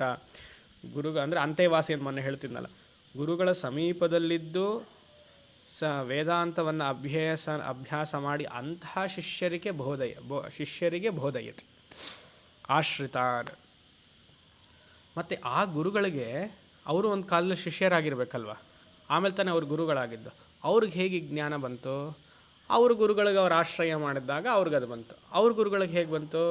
ಅವ್ರ ಗುರುಗಳು ಹಾಗೆ ಹೋಗ್ತದೆ. ಆದಿಗುರು ದಕ್ಷಿಣಾಮೂರ್ತಿ, ಸದಾಶಿವ ಸಮಾರಂಭ, ಶಂಕರಾಚಾರ್ಯ ಮಧ್ಯಮ. ಮತ್ತು ಇದಕ್ಕೆ ಬೇರೆ ಏನಾದ್ರು ಶಾರ್ಟ್ಕಟ್ ಇದೆಯಾ? ಇದು ಹೀಗೇ ಕಲಿಬೇಕಾ? ಆ ತಲೆ ಏನಾದ್ರು ಮುಟ್ಟಿ ನೀವು ನನಗೆ ಆಶೀರ್ವಾದವನ್ನು ಮಾಡ್ತೀರಾ? ಮಂತ್ರಶಾಸ್ತ್ರದಲ್ಲಿ ತಲೆಯನ್ನು ಮುಟ್ಟಿ ಆಶೀರ್ವಾದ ಮಾಡಿದ್ರೆ ಮಂತ್ರ ಸಿದ್ಧಿ ಆಗುತ್ತೆ, ಸರಿ. ಯೋಗಶಾಸ್ತ್ರದಲ್ಲಿ ನಿಮ್ಮ ಹೀಗೆಲ್ಲ ಹೇಳ್ಕೊಟ್ರೆ ಅದಾಗುತ್ತೆ, ಸರಿ. ಕುಂಡಲಿನಿಯನ್ನು ಶರೀರದ ಮೂಲಕ ಸಂಚಲನ ಮಾಡ್ಬೋದು, ಕೈಯಿಂದವೋ ಅಥವಾ ದೃಷ್ಟಿಯಿಂದಲೋ, ಏನೋ ಒಂದು ಕೂರ್ಮ ದೀಕ್ಷವೋ, ನಯನ ದೀಕ್ಷವೋ, ಸ್ಪರ್ಶ ದೀಕ್ಷವೋ, ನಿದ್ದೆ ದೀಕ್ಷವೋ, ಯಾವುದೋ ಒಂದು ಅಂದ್ಕೊಳ್ಳಿ, ಅದೆಲ್ಲ ಮಾಡಿಬಿಡ್ಬೋದು. ಮಂತ್ರಶಾಸ್ತ್ರದಲ್ಲಿ ಅದು ಸಾಧ್ಯ. ಯಾಕಂದರೆ ಅದೆಲ್ಲ ಇದಂ ವಸ್ತು, ಅದರಿಂದ ದೇವತಾ ಸಾಕ್ಷಾತ್ಕಾರವನ್ನು ಕೊಟ್ಬಿಡ್ಬೋದು. ಯಾಕಂದರೆ ಅದು ಇದಂ. ಯಾಕಂದರೆ ಪುಸ್ತಕಕ್ಕಿಂತ ಭಿನ್ನವಾಗಿ ಭಗವಂತ ಇಲ್ವಲ್ಲ. ಅಂದರೆ ಸಗುಣ ಭಗವಂತವು ಪುಸ್ತಕವು ಒಂದೇ ಅಲ್ವಾ? ಆ ಸಗುಣ ಭಗವಂತನಿಗೆ ಐಶ್ವರ್ಯ ಇದೆ. ಅಂದ್ರೇನು? ಭಗವಾನ್ ಅನ್ನುವಂಥ ಐಶ್ವರ್ಯಸ್ಯ ಸಮಗ್ರಸ್ಯ ಇರೋದ್ರಿಂದ ಅವನು ಪುಸ್ತಕಕ್ಕಿಂತ ಭಿನ್ನವಾಗಿದ್ದಾನೆ. ಅದು ಬಿಟ್ಟರೆ ಅವನು ಬೇರೆ ಏನು ಇದಕ್ಕೂ ಅದಕ್ಕೇನು ವ್ಯತ್ಯಾಸ ಇಲ್ಲ. ಆದರೆ ನಿರ್ಗುಣ ಬ್ರಹ್ಮ ಅಂದರೆ ಸ್ವರೂಪ ಬ್ರಹ್ಮನು ನಿಮ್ಮ ಸ್ವರೂಪವೂ ಒಂದೇ ಆಗಿದೆ. ಅದನ್ನು ಹೀಗೆ ಹೇಳ್ಕೊಡ್ಬೇಕಾ ಅಂದರೆ ಗುರು ಶಿಷ್ಯರ ಮೂಲಕನೇ ಹೇಳ್ಕೊಡ್ಬೇಕಾ? ಏನೇ ಹೇಳ್ತಿದ್ದೆ ಅಂದರೆ ಇದಂ ವಸ್ತುಗಳಕ್ಕೆಲ್ಲ ಕೈ ಮೇಲೆ ತಲೆ ಮೇಲೆ ಕೈ ಮೇಲೆ ತಲೆ ಅಂತೀನಿ, ತಲೆ ಮೇಲೆ ಕೈ ಇಟ್ಟರೆ ಹೀಗೆ ನನಗೂ ಈ ಥರ ದೀಕ್ಷೆ ಕೊಟ್ಟು ಹೀಗೆಲ್ಲ ಮಾತಾಡಬಾರ್ದು. ಹೀಗೆ ಕೊಟ್ಟು ಮಾಡಿಬಿಡ್ಬೋದು. ಆದರೆ ಆತ್ಮಜ್ಞಾನ ಸ್ಫುರಣೆ ಅದು ತಾನಾಗಿ ಬೇಕಂದ್ರೆ ಗುರು ಉಪದೇಶದ ಮೂಲಕ ಆಗಬೇಕು ಅಂದರೆ ಹೀಗೆ ಅದು ಡಿಸ್ಕಷನ್ ಮಾಡಿ ಶ್ರವಣ ಮನನ ಮಾಡಿ ಅದು ಆಗಬೇಕು. ಬೇರೆ ಶಾರ್ಟ್ಕಟ್ ಇದೆಯಾ ಇದಕ್ಕೆ ಅಂತ ಕೇಳಿದ್ರೆ ಶಾರ್ಟ್ಕಟ್ಟೇ ಇಲ್ಲ. ಏನಾದ್ರು ಇಂಟ್ಯೂಷನ್ನ ಅದು ಸ್ಫುರಣ ಇಂಟ್ಯೂಷನ್ನ ಅಲ್ಲ. ಅದಕ್ಕೆ ದಯಾನಂದ ಸರಸ್ವತಿಗಳೇನು ಹೇಳ್ತಾರೆ? It is not intuition, it is intuition. ಎಷ್ಟು ಚೆನ್ನಾಗಿ ಹೇಳ್ತಾರೆ ನೋಡಿ. It is intuition only Vedanta will help but not intuition. ಎಷ್ಟು ಆ್ಯಪ್ಟ್ ವಾರ್ತೆ ಅದು. He is really great. ಅದು ಟ್ಯೂಷನಲ್ಲಿ ಆಗಬೇಕೆ ಹೊರತು ಇಂಟ್ಯೂಷನಲ್ಲಿ ಆಗಬೇಕೆ ಹೊರತು ಇಂಟ್ಯೂಷನಲ್ಲಿ ಆಗಬಾರ್ದು. ಹುಷಾರಾಗಿ ಗಮನ ಹರಿಸ್ಬೇಕದು. ಅದು ಕೈ ಇಟ್ಟರಂತೆ ಅದಾಯ್ತಂತೆ. Mistake experience. ಅದ್ವೈತ ವೇದಾಂತ ಅನ್ನೋದು ಮಿಸ್ಟಿಕ್ ಎಕ್ಸ್ಪೀರಿಯನ್ಸೇ ಅಲ್ಲ ಅದು. ಯಾಕಂದರೆ ನನಗೆ ಅನುಭವ ಸದಾ ಇದೆ. ನನಗೆ ಅನುಭವ ಇರೋದ್ರಿಂದಲೇ ನಾನು ಕಾನ್ಷಿಯಸ್ನೆಸ್ ಆಗಿರುವುದರಿಂದಲೇ ಅರಿವಿನ ಸ್ವರೂಪದಲ್ಲಿ ಇರೋದ್ರಿಂದಲೇ ಎಲ್ಲ ಅನುಭವಗಳನ್ನು ನಾನು ನೋಡಬಲ್ಲೆ. ನಾನು ಹೇಗಿದ್ದೀನಿ ಅನ್ನೋದು ಪ್ರಶ್ನೆ ಬಿಟ್ಟರೆ ಯಾವ ರೂಪದಲ್ಲಿದ್ದೀನಿ ಅನ್ನೋದಕ್ಕೆ ಪ್ರಶ್ನೆ ಮತ್ತು ಅದಕ್ಕೆ ಉತ್ತರ ಬೇಕೇ ಹೊರತು ನಾನು ಇದ್ದೀನಿ ಅನ್ನೋದಕ್ಕೆ ಯಾವತ್ತಿಗೂ ಉತ್ತರ ಬೇಡವಲ್ಲ. ನಾನು ದೇಹವಾಗಿದ್ದೀನಾ, ಮನಸ್ಸಾಗಿದ್ದೀನಾ ಅಥವಾ ಶುದ್ಧ ಚೈತನ್ಯ ಆಗಿದ್ದೀನಿ ಅನ್ನೋದಕ್ಕೆ ಶಾಸ್ತ್ರ ಬೇಕೇ ಹೊರತು ಇದ್ದೀನಿ ಅನ್ನೋದು ಕಾಮನ್ ತಾನೆ. ನಾನು ಇದ್ದೀನಲ್ಲ ಮನೇಲಿ ಅಂತ ಹೇಳ್ತೀವಲ್ಲ ನೋಡಿ, ನಾನು ಇದ್ದೀನಲ್ಲ ಮನೇಲಿ, ಯಾರು ನನ್ನ ಗುರುತಿಸ್ತಾನೇ ಇಲ್ಲ ಅಂತ ಹೇಳ್ತೀವಲ್ಲ, ಅದು ಸ್ವಲ್ಪ ನೋಡಬಾರ್ದ ನನ್ನ ಕಡೆ? ಬೆಳಗ್ಗೆಯಿಂದ ಎಷ್ಟು ಮಾಡ್ತಾಯಿದ್ದೀನಿ, ಸ್ವಲ್ಪ ಪ್ರೀತಿಯಿಂದ ಮಾತಾಡಬಾರ್ದಾ ಅಂತೆಲ್ಲ ಹೇಳ್ತಾರಲ್ಲ. ಸಾಕು ಅದೇ ಹೇಳಕ್ಕೆ ಹೋಗ್ತಿದ್ರೆ ಇನ್ನು ಮತ್ತದು ಶುರು ಆಗೋದು ಕತೆ ಅಲ್ವಾ? ಆ ರೀತಿ ಏನು ಸಾಕ್ಷಾತ್ ಬೋಧಯತಿ ಆಶ್ರಿತಾನ್ ಬೋಧಯತಿ. ಅದು ಗುರು ಶಿಷ್ಯರ ಮೂಲಕ ಇದೇ ರೀತಿಯಾಗಿ ಸಂಭಾಷಣೆಯ ಮೂಲಕ, ಶಾಸ್ತ್ರದ ಮೂಲಕ, ಉಪದೇಶದ ಮೂಲಕವೇ ಆಗಬೇ ಹೊರತು ಬೇರೆ ಯಾವುದು ಶಾರ್ಟ್ಕಟ್ಸ್ ಇಲ್ಲ ಅದಕ್ಕೆ. ಮತ್ತು ಈ ಜ್ಞಾನ ಕಲ್ತರೆ ಏನು ಉಪಯೋಗ ಅದು ಹೇಳ್ತಿದ್ದಾರೆ. ಯತ್ ಪರಮಾತ್ಮ ಸಾಕ್ಷಾತ್ಕರಣಾತ್. ಇಲ್ಲಿ ಸಾಕ್ಷಾತ್ಕರಣಾತ್ ಅಂದರೆ ನೆನ್ನೆ ಹೇಳಿದ್ವಲ್ಲ, ನಿಜವಾದ ಸಾಕ್ಷಾತ್ಕಾರ ಯಾವುದು? ಶುದ್ಧ ಚೈತನ್ಯ ಅಂತ ಅರಿವಿಗೆ ತಂದುಕೊಳ್ಳೋದೇ ಅದು. ಯತ್ ಅಂತಿದೆ ಅಲ್ಲಿ, ಆ ಯತ್ಗೆ ಅದು ಪರಮಾತ್ಮ ಅಂತ ಸೇರಿಸ್ಕೊಳ್ಬೇಕು. ಸಾಕ್ಷಾತ್ಕರಣಾತ್ ನೇರವಾಗಿ ತಿಳಿಯೋದು. ಇಲ್ಲಿ ನೇರ ಅನ್ನೋದಕ್ಕೆ ವೇದಾಂತದಲ್ಲಿ ನೇರ ಅಲ್ಲದ್ದು ಅಂತ, ನೇರ ಇಲ್ಲದೆ ಇಂಡೈರೆಕ್ಟಾಗಿ ತಿಳಿಯೋದು ಅಂತ, ಲಕ್ಷ್ಯಾರ್ಥವಾಗಿ ತಿಳಿಯೋದು ಅಂತ. ಸಾಕ್ಷಾತಿಸಿಕೊಂಡು ಲಕ್ಷ್ಯಾರ್ಥ ರೀತಿಯ ತಿಳಿದಾಗ ಪುನರಾವರ್ತಿ ನೋ ಭವೇತ್. ಮತ್ತೆ ಈ ಜನ್ಮದಲ್ಲಿ ಬರಲ್ಲ. ಪುನರಾವರ್ತಿ ಅಂಭೋನಿಧೌನ ಪುನರಾವರ್ತಿರ್ಭವಾಂಭೋನಿಧೌ. ಅಂಬಃ ನೀರು, ಭವ ಸಂಸಾರ, ಅಂಬೋದಿಹಿ ಸಮುದ್ರ. ಸಂಸಾರದ ಸಮುದ್ರದಲ್ಲಿ, ಈ ದ್ವೈತ ಸಮುದ್ರದಲ್ಲಿ ಮತ್ತೆ ಜನನ ಮರಣದಲ್ಲಿ ಬರೋದಿಲ್ಲ. ಈ ಆತ್ಮಜ್ಞಾನವನ್ನು ಗಳಿಸ್ಬಿಟ್ರೆ ಎಷ್ಟು ಮನಸ್ಸಿಗೆ ನಿರಾಳ, ಮತ್ತೆ ಬರೋದಿಲ್ಲ ಹಾಗೆ ಅಂತ. ಆ ರೀತಿಯಾಗಿ ತಸ್ಮೈ, ಯಾರು ಈ ವಿದ್ಯೆಯನ್ನು ಹೇಳಿಕೊಡ್ತಾರೋ ಅವರಿಗೆ ನನ್ನ ನಮಸ್ಕಾರ. ತಸ್ಮೈ ಶ್ರೀ ಗುರುಮೂರ್ತಯೇ ನಮ ಇದಂ, ನನ್ನ ನಮಸ್ಕಾರ. ಅವ್ರನ್ನು ಮೂಲತಃ ಯಾರು? ದಕ್ಷಿಣಾಮೂರ್ತಯೇ ಹಾಗೆ ಅಂತ. 4ನೇದು ನಾನಾಛಿದ್ರಘಟೋದರಸ್ಥಿತಮಹಾದೀಪಪ್ರಭಾಭಾಸ್ವರಂ ಜ್ಞಾನಂ ಯಸ್ಯ ತು ಚಕ್ಷುರಾದಿಕರಣದ್ವಾರಾ ಬಹಿಸ್ಪಂದತೆ.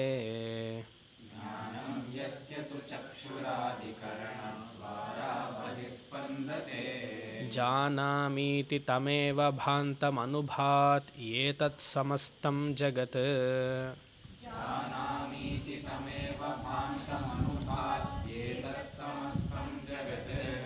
ತಸ್ಮೈ ಶ್ರೀ ಗುರುಮೂರ್ತಯೇ ನಮ ಇದಂ ಶ್ರೀ ದಕ್ಷಿಣಾಮೂರ್ತಯೇ.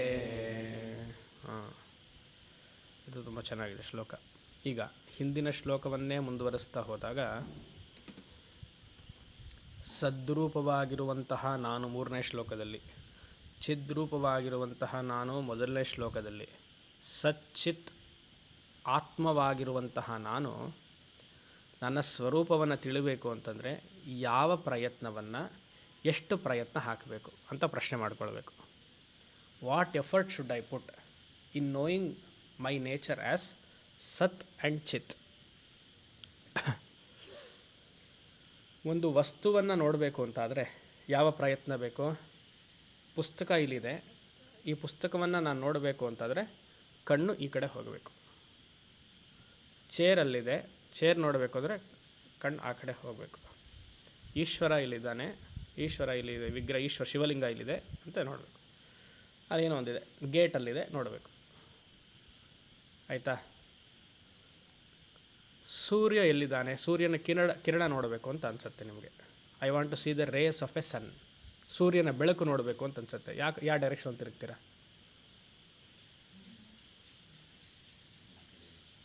ಸರ್ವವ್ಯಾಪಿ, ಪ್ರತ್ಯೇಕವಾದ ಯಾವ ಡೈರೆಕ್ಷನಲ್ಲಿ ತಿರುಗ್ತೀರಾ? ನೀವು ಹೋಗ್ತಿರ್ತೀರಪ್ಪ, ರೋಡಲ್ಲಿ ಹೋಗ್ತಾ ಇರ್ತಾರೆ, ಇಲ್ಲಿ ಈ ಕಡೆ ಗಿರಿವಲಮಲ್ಲಿ ಹೋಗ್ತೀರ, ಅಲ್ಲಿ ಅಂಗಡಿ ಸಿಗುತ್ತೆ, ಕುಲ್ಫಿ ಅಂಗಡಿ ಸಿಗುತ್ತೆ, ನಿಮಗೆ ಜ್ಯೂಸ್ ಅಂಗಡಿ ಸಿಗುತ್ತೆ, ಈ ಕಡೆ ನೋಡ್ತೀರಾ, ಈ ಕಡೆ ವರ್ಣಲಿಂಗ ಇದೆ, ಈ ಕಡೆ ನೋಡ್ತೀರಾ. ಆವಾಗ ನಾನು ಅಲ್ಲಿ ಕೇಳ್ತೀನಿ, ಸೂರ್ಯನ ಕಿರಣ ನೀವು ನೋಡಬೇಕು, ಯಾವ ಡೈರೆಕ್ಷನ್ಗೆ ತಿರುಗ್ತೀರಾ ಅಂದರೆ ಹೀಗೆ ತಿರುಗ್ತೀರಾ, ಎಲ್ಲ ಕಡೆ ಇದೆ. ಅದೇ ರೀತಿಯಾಗಿ ಆತ್ಮ.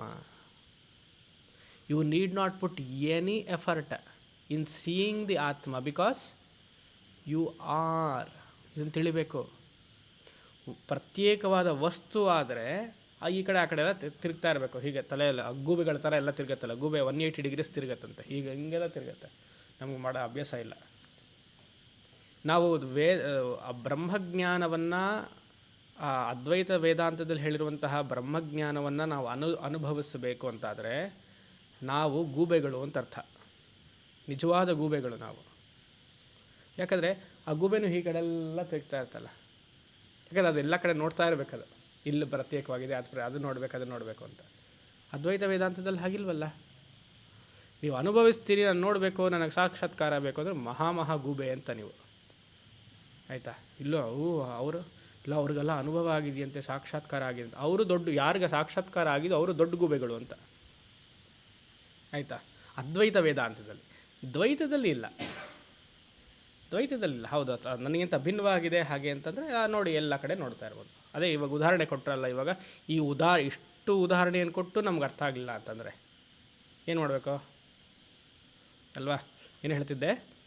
ಯಾವ ಪ್ರತ್ಯೇಕವಾದ ಅನುಭವ, ಆತ್ಮವನ್ನು ನೋಡೋಕ್ಕೆ ಪ್ರತ್ಯೇಕವಾದ ಅನುಭವ ನಮಗೆ ಬೇಡ. ಸಮಾಧಿ ಬೇಕಾ? ಮುಂದೆ ಸಮಾಧಿಯಲ್ಲಿ ಆತ್ಮಾನುಭವ ಆಗುತ್ತಾ? ನಾವು ಸತ್ತ ಮೇಲೆ ಶಿಷ್ಯರು ನಮಗೆ ಸಮಾಧಿ ಮಾಡ್ತಾರೆ, ಅದು ಬೇರೆ ವಿಚಾರ. ಸಮಾಧಿಲಿ ಆಗಲ್ಲ. ಡೂ ಯು ಎಕ್ಸ್ಪೀರಿಯನ್ಸ್ ಸನ್ಲೈಟ್ ಇನ್ ಸಮಾಧಿ? ಡೂ ಯು ರಿಕ್ವೈರ್ಡ್ ಸಮಾಧಿ ಫಾರ್ ಎಕ್ಸ್ಪೀರಿಯನ್ಸಿಂಗ್ ಸನ್ಲೈಟ್? ಏನು ಮಾಡಬೇಕವ? ಕಣ್ಣು ಮುಚ್ಚಿದ್ರೆ ಸೂರ್ಯನ ಕಿರಣ ಕಾಣುತ್ತಾ, ಕಣ್ಣು ತೆಗೆದ್ರೆ ಸೂರ್ಯನ ಕಿರಣ ಕಾಣುತ್ತಾ? ಫಸ್ಟ್ ಪಾಯಿಂಟ್, ಕಣ್ಣು ತೆಗೆದ್ರೆ ಕಾಣುತ್ತೆ. ತಲೆಯನ್ನು ಅಲ್ಲಾಡಿಸ್ಬೇಕಾ ಅಥವಾ ಕಣ್ಣು ಎಲ್ಲ ಕಡೆ ಹರಡಿಸ್ಬೇಕಾ ಅಥವಾ ಒಂದು ಕಡೆ ಇದ್ದರೆ ಸಾಕ? ಅದು ಹೇಗೋ ಆತ್ಮವು ಹಾಗೆ. ಅಷ್ಟು ಸರಳ, ಅಷ್ಟು ಸಿಂಪಲ್ ಅದು. ಕಂಡು ಪುಸ್ತಕಗಳು ಓದಿ, ಕಂಡು ಮಹಾತ್ಮರದ ಚರಿತ್ರೆಗಳನ್ನು ಓದಿ ಹಾಳು ಮಾಡ್ಕೊಳ್ಬಾರ್ದು ಮನಸ್ಸನ್ನು. ಬಾಲಪಾಠದಲ್ಲಿ ಅದೆಲ್ಲ ಒಳ್ಳೆಯದೇ ಹೊರತು ಅದ್ವೈತ ವೇದಾಂತದಲ್ಲಿ ಸಹಾಯ ಮಾಡಲ್ಲ. ಅದು ಯೋಚನೆ ಮಾಡಿ. ಅದು ತುಂಬ ತೊಡಕು, ಆಬ್ಸ್ಟೆಕಲ್ ಅದು. ಇಷ್ಟು ಸುಲಭವಾಗಿ ಅರ್ಥ ಆಗ್ತಿದೆಯಲ್ಲ ನಮಗೆ. ಅಯ್ಯೋ, ಇದು ಅರ್ಥ ಆಗ್ತಿದೆ, ಇಂಟೆಲೆಕ್ಚುಯಲ್ ನಾಲೆಜ್ ಸ್ವಾಮಿ, ಇದು ನನ್ನ ಅನುಭವಕ್ಕೆ ಬರ್ತಿಲ್ಲ. ಅಂದರೆ ಎಲ್ಲಿವರೆಗೂ ಶರೀರದ ಅಸ್ತಿತ್ವ ಇರುತ್ತೋ, ಶರೀರ ಸತ್ಯ ಅಂದ್ಕೊಳ್ತಿರೋ ಅಲ್ಲಿವರೆಗೂ ಅದ್ವೈತ ವೇದಾಂತ ಅರ್ಥ ಆಗಲ್ಲ. ನಮಗೆ ಪ್ರಾಬ್ಲಮ್ ಆಗಿರೋದೇ ಶರೀರ ಸತ್ಯ ಅಂತ ಅಂದ್ಕೊಂಡಿರೋದ್ರಿಂದ.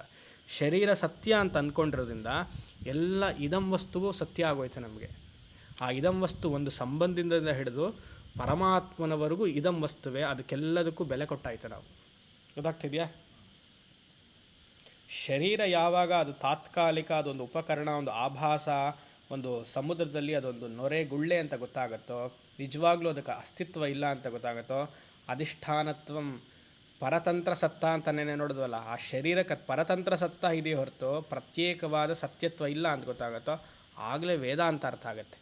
ಆಗ ವೇದಾಂತವನ್ನು ಅಪ್ರಿಷಿಯೇಟ್ ಮಾಡ್ತೀರ. ಆಗ ನಿಜವಾಗ್ಲೂ ನನಗೆ ಸಾಕ್ಷಾತ್ಕಾರ ಬೇಡ, ನಾನು ಸಾಕ್ಷಾತ್ಕಾರ ಅಂದರೆ ಏನೋ ಅಂದ್ಕೊಂಬಿಟ್ಟಿದೆ, ತಪ್ಪಭಿಪ್ರಾಯ ಆಯಿತು. ನಿಜವಾಗ್ಲೂ ಸೂರ್ಯ ಕಿರಣ ಎಲ್ಲ ಕಡೆ ಇದೆ, ಆತ್ಮವು ಎಲ್ಲ ಕಡೆ ಇದೆ, ಮೂಲಭೂತವಾಗಿ ನಾನೇ ಆಗಿದ್ದೀನಿ ಅಂತ ತಿಳಿಯೋಕ್ಕೆ ಶುರುವಾಗುತ್ತೆ. ನಿಜವಾದ ಸಾಧನೆ ಅದು. ಸಮಾಧಿ ಅಭ್ಯಾಸ ಅವಶ್ಯಕತೆ ಇಲ್ಲ, ಮತ್ತೊಂದು ಇಲ್ಲ, ಮಗದೊಂದು ಇಲ್ಲ, ಯಾವ ಅಭ್ಯಾಸವೂ ಅವಶ್ಯಕತೆ ಇಲ್ಲ. ಯಾರು ಮಾಡ್ತಿದ್ದಾರೆ ಅಂತ ಮಾಡಿಕೊಳ್ಳಿ, ಪಾಪ ಯಾಕೆ ಅವ್ರಿಗೆ ಡಿಸ್ಟರ್ಬ್ ಮಾಡೋದು. ಯಾರು ಇಲ್ಲ ಸಮಾಧಿ ಅಭ್ಯಾಸ ಬೇಕು, ಅವಶ್ಯಕತೆ ಇತ್ತು, ತುಂಬ ಮಹಾತ್ಮರೆಲ್ಲ ಹಾಗೇ ಇದ್ದಾರೆ, ಹೌದಪ್ಪ ಇದ್ದಾರೆ, ಸಂತೋಷ, ನನ್ನ ಸವಾಸಕ್ಕೆ ಬರಬೇಡ ನೀವು ಹಾಗೇ ಇದ್ಬಿಡಿ, ನಾವು ಹೀಗೆ ಇದ್ಬಿಡ್ತೀವಿ. ಇಲ್ಲ ನೀವು ಹೇಳ್ಕೊಡ್ತಾ ಇರೋದು ಸರಿ ಇಲ್ಲ, ನೀವು ಎಲ್ಲರಿಗೂ ತಪ್ಪು ದಾರಿ ಮಾಡ್ತಿದ್ದೀರ, ಸರಿ ಸಂತೋಷ, ಇದು ಸರಿಯಾಗಿರೋ ದಾರಿಯಿಲ್ಲ, ನೀನು ಹೋಗು, ನಾವು ತಪ್ಪು ದಾರಿಯಲ್ಲೇ ಹೋಗ್ತೀವಿ, ಹಾಗೆ ಹೇಳ್ಬಿಡು ಬೆಟರ್. ಯಾತಕ್ಕೆ ಅದ್ವೈತ ವೇದಾಂತದಲ್ಲಿ ಬಂದಮೇಲೂ ಯಾಕೆ ಚರ್ಚೆ ಗಲಾಟೆ ಇಲ್ಲ, ಹಾಗೆ ಅಂದ್ಬಿಡು. ಯಾಕಂದರೆ ಆ ರೀತಿಯಾಗಿ ಚರ್ಚೆಗೆ ಬಂದರೆ, ಅದಕ್ಕೆ ಪರಮಾರ್ಥಾನಂದರಿ ಹತ್ರ ಒಬ್ಬರು ಚರ್ಚೆಗೆ ಬಂದಿದ್ದಾರಂತೆ. ಅವರು ತುಂಬ ಹಳೇ, ಯಾವಾಗ ಅವರು ಒಂದು ಪಾಠ ಶುರು ಮಾಡಿ ಒಂದು 10 ವರ್ಷ ಆಗಿರ್ಬೋದು, ಈಗ 40-45 ವರ್ಷ ಆಯ್ತಲ್ವ ಅವ್ರು ಶುರು ಮಾಡಿ. ಅಂದರೆ ಅವರೊಂದು 35 ವಯಸ್ಸು 40 ವಯಸ್ಸಿದ್ದಾಗ ಒಬ್ಬರು ವಿಶಿಷ್ಟಾದ್ವೈತಿನ ಬಂದ್ರಂತೆ ಅವ್ರ ಹತ್ರ.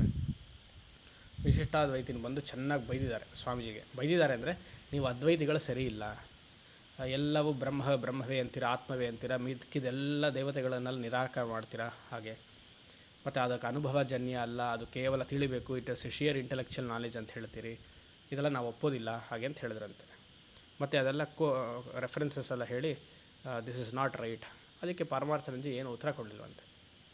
ಸುಮ್ಮನೆ ಇದೇ ಥರ ಚರ್ಚೆಗೆ ಯಾಕೆ ಗಲಾಟೆ ಆಗುತ್ತೆ, ಮನಸ್ಸಿಗೆ ರಾಗದ್ವೇಷಗಳನ್ನು ಯಾಕೆ ಬೆಳೆಸ್ಕೊಳ್ಬೇಕು.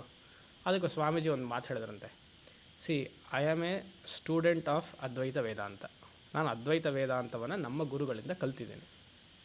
ನನಗೆ ವಿಶಿಷ್ಟಾದ್ವೈತ ಏನು, ಅದರ ಅಂಶಗಳೇನು ಹೇಳುತ್ತೋ, ಅಥವಾ ದ್ವೈತ ವೇದಾಂತ ಏನು ಹೇಳುತ್ತೋ ಅದು ನನಗೆ ಗೊತ್ತಿಲ್ಲ.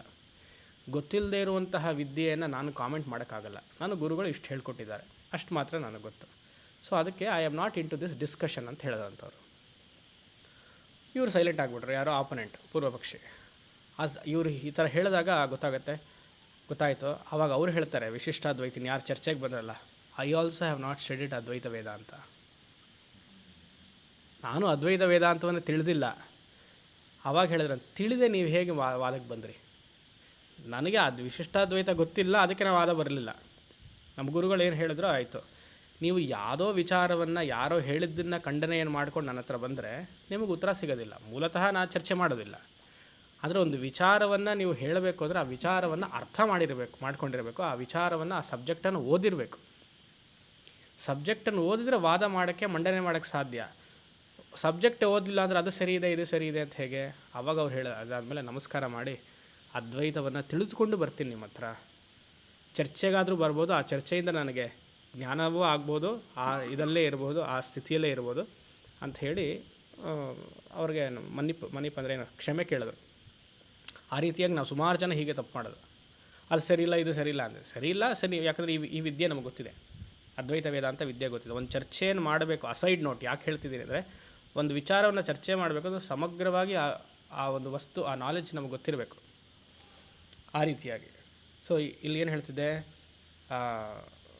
ಯಾವ ಪ್ರತ್ಯೇಕವಾದ ವಿಶೇಷವಾದ ಪ್ರಯತ್ನ, ಎಫರ್ಟ್ ನನ್ನನ್ನು ತಿಳಿಯೋದಕ್ಕೆ ಅವಶ್ಯಕತೆ ಇಲ್ಲ.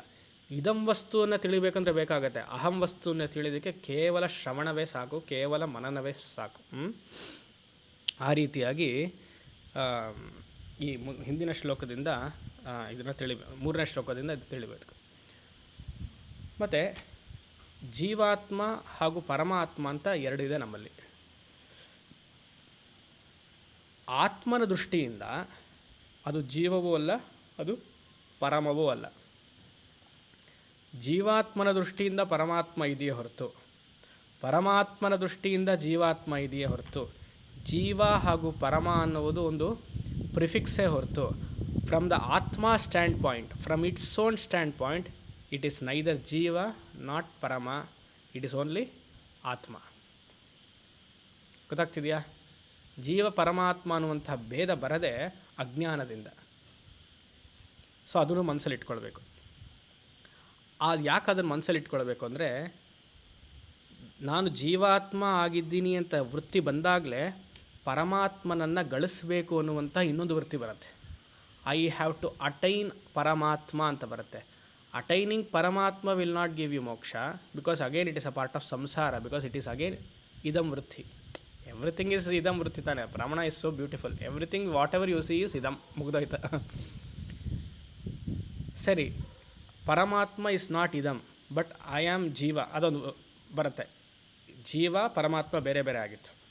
ಈಗ ಪರಮಾತ್ಮ ಈಸ್ ನಾಟ್ ಇದಮ್, ಪರಮಾತ್ಮ ಇಸ್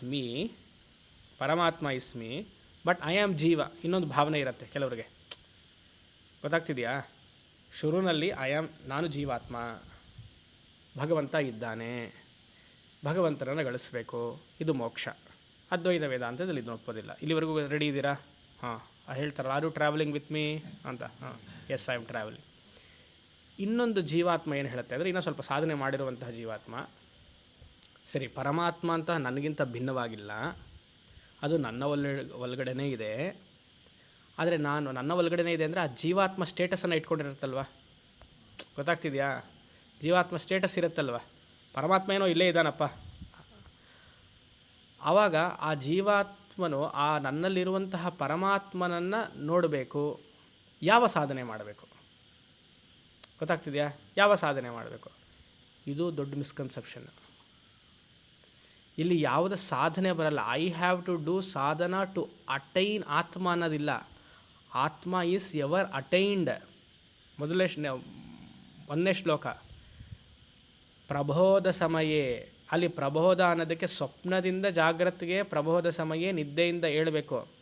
ಅವಿದ್ಯೆಯ ಮಾಯೆಯ ಸಮಯದಲ್ಲಿ ಆ ಮಾಯಾ ಹೋಯಿತು ಎದ್ರಿ ಅಂತಂದರೆ ಆ ಕ್ಷಣವೇ ತಾನೆ. ಪ್ರಬೋಧ ಸಮಯ ಇಸ್ ಇನ್ಸ್ಟೆಂಟ್ ಕಾಫಿ ಥರ, ಇನ್ಸ್ಟೆಂಟ್ ರಿಯಲೈಸೇಷನ್. ಗೊತ್ತಾಗ್ತಿದೆಯಾ? ಪ್ರಬೋಧ ಸಮಯ. ಸೊ ಯಾವ ಸಾಧನೆಯೂ ಆತ್ಮಜ್ಞಾನಕ್ಕೆ ಅವಶ್ಯಕತೆ ಇಲ್ಲ. ನೀವು ಅದನ್ನು ಚಿತ್ತಶುದ್ಧಿಯನ್ನಿ ಏನೋ ಅನ್ನಿ ಅದೆಲ್ಲ ಅದು ತುಂಬ ಅಲ್ಪ ಸಾಧನೆ ಅಂದರೆ ಬೇಕು. ಮನಸ್ಸು ಒಂದು ಪಕ್ವತೆ, ಏಕಾಗ್ರತೆ ಬೇಕು, ಜಪ ಮಾಡಬೇಕು, ಅದೆಲ್ಲ ಅಷ್ಟೇ. ಹೆಚ್ಚು ಈ ಫೀಲ್ಡಲ್ಲಿ ಇದರಲ್ಲಿ ಇದರಲ್ಲಿ ಟೈಮ್ ಕಳಿಬೇಕು. ಟೈಮ್ ಪಾಸ್ ಅಂತ ಏನೇನೋ ಮನೇನೋ ಹೇಳ್ತಿದ್ನಲ್ಲ ಹಾಗೆ, passing the time in doing more of ಶ್ರವಣ ಆ್ಯಂಡ್ ಮನನ. ಸೊ 3ನೇ ಶ್ಲೋಕದಿಂದ ತಗೊಂಡು ಬಂದಾಗ ಜೀವ ಪರಮ ಸಾಧನೆಯೆಲ್ಲ ಅದ್ವೈತ ವೇದಾಂತದಲ್ಲಿಲ್ಲ. ಕೇವಲ ಶ್ರವಣ ಮನನ, ಕೇಳ್ತಾ ಇರಬೇಕು. ಮನಸ್ಸು ಹಾಗೆ ಅಂತಮಂ ತಿದ್ದುತ್ತಿರು ಮಂಕುತಿಮ್ಮ ಥರ ಆಗ್ತಾ ಇರಬೇಕು ಮನಸ್ಸಲ್ಲಿ. ಅದು it should always refine and retuning should happen. ಆ ರೀತಿಯಾಗಿ ಈ ಶ್ಲೋಕ ಯಾವುದೋ 4ನೇ ಶ್ಲೋಕ. 4ನೇ ಶ್ಲೋಕಕ್ಕೆ ಇನ್ನೂ ಬಂದಿಲ್ಲ ನಾನು. 2 ನಿಮಿಷ ಅಂತ ಹೇಳಿದೆ, ಇದು ಇನ್ನು ಎಷ್ಟೊತ್ತಾಗ್ತಿದೆ. ಕಾನ್ಷಿಯಸ್ನೆಸ್ ಇನ್ನೊಂದು ಇಂಟ್ರಡಕ್ಷನ್. ಕಾನ್ಷಿಯಸ್ನೆಸ್ ಅಂದರೆ ಚಿತ್ ಸ್ವರೂಪ, ಚಿತ್ ಶಕ್ತಿ. ಅದನ್ನು ಒಂದು ಬೆಳಕಿಗೆ ಕಂಪೇರ್ ಮಾಡಬೇಕು, ದೀಪದ ಬೆಳಕಿಗೆ ಕಂಪೇರ್ ಮಾಡಬೇಕು. ದೀಪದ ಬೆಳಕಿಗೆ ಕಂಪೇರ್ ಮಾಡಬೇಕು. ಇದಲ್ಲೇ ತುಂಬ ಸೂಕ್ಷ್ಮವಾಗಿದೆ. ನಮಗೆ ದೀಪವ ಎರಡು ಬೆಳಕಂದ ತಕ್ಷಣ ದೀಪವು ಬಂದ್ಬಿಡುತ್ತೆ. You have to compare consciousness to the light principle, not the medium from which the light is emanating. ಗೊತ್ತಾಗ್ತಿದೆಯಾ? ನೀವು ಅವಾಗ ಕಂಪೇರ್ ಮಾಡಿದಾಗ ಯಾವ ವಸ್ತು ಕತ್ತಲಿನಲ್ಲಿ ಕಾಣಿಸದೇ ಇತ್ತೋ ಆ ಬೆಳಕಿನಿಂದ ಎಲ್ಲ ಕಾಣಿಸೋಕ್ಕೆ ಶುರು ಆಯಿತು. ವಸ್ತುಗಳು ಸೂರ್ಯ ಇಲ್ಲದೇ ಇರೋ ಸಮಯದಲ್ಲಿ ಕಾಣಿಸಲ್ಲ. ಸೂರ್ಯನ ಕಿರಣದ ಮೂಲಕ ವಸ್ತುಗಳು ಕಾಣಿಸುತ್ತೆ. ಸೂರ್ಯನ ದೀಪದ ಬೆಳಕಿನ ಮೂಲಕ ಅದೆಲ್ಲ ಕಾಣಿಸುತ್ತೆ. ಹಾಗೆ ಆತ್ಮ ಅನ್ನುವಂತಹ ಸೂರ್ಯ, ಮನಸ್ಸು ಅನ್ನುವಂತಹ ಕನ್ನಡಿ,